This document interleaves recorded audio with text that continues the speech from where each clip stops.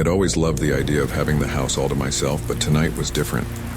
It was a dark and stormy evening, and I found myself alone in my ancestral home, an eerie Victorian mansion nestled deep within the woods. As the thunder roared and rain lashed against the windows, I couldn't shake the feeling that I was not alone. The house had always been a place of secrets and mysteries, passed down through generations. My parents had left for a business trip, leaving me behind. I wasn't particularly thrilled about it, but I was old enough to be on my own. Or so I thought. As night fell and the storm raged on, the creaks and groans of the old house became more pronounced. Every sound sent shivers down my spine. I tried to distract myself with a book, but the eerie atmosphere made it impossible to concentrate. The shadows cast by the flickering candlelight danced across the walls, creating grotesque shapes that seemed to come alive. I decided to explore the house, thinking it might help ease my unease.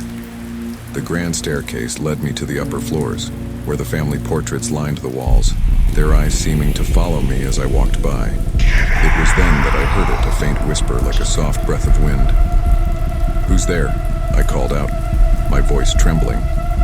There was no response, only the haunting silence that enveloped me like a shroud. I convinced myself that it was just my imagination playing tricks on me and continued my exploration. As I wandered deeper into the house, I reached the attic door. It was an area I had never ventured into before. The door was old and heavy, covered in dust and cobwebs. With a sense of trepidation, I pushed it open, revealing a dark and musty space filled with forgotten relics. My flashlight revealed old trunks, moth-eaten clothes, and antique furniture covered in white sheets. But what caught my eye was a journal lying open on an ancient desk. It seemed to be from the 19th century, written by one of my ancestors. I began to read, and the words on the pages sent shivers down my spine. It spoke of a dark family secret, of a curse that had plagued our bloodline for centuries. It told of a presence that lurked in the shadows of this very house, a malevolent spirit that fed on fear and loneliness. I couldn't believe what I was reading. It sounded like the ramblings of a madman, but as I read further, I realized that the events described in the journal mirrored my own experiences. The whispers, the shadows, the feeling of being watched, it was all there. Suddenly, the room grew colder and I felt a presence behind me. I turned slowly, my heart pounding in my chest, and there, in the dim light of the attic, I saw it, a shadowy figure, tall and looming, with eyes that glowed like burning embers. I stumbled back, my breath coming in ragged gasps. I needed to get out of the attic, out of the house. But the door had slammed shut behind me.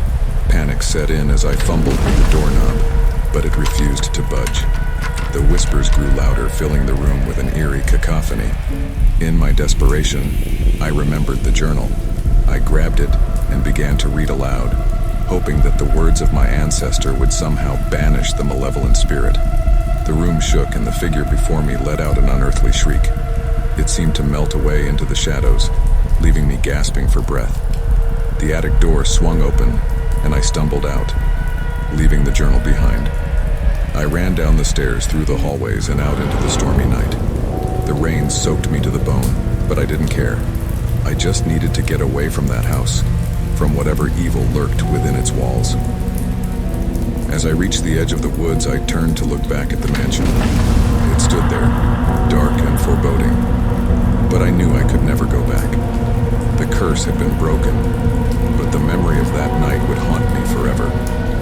Home alone had taken on a whole new meaning, one that I would never forget.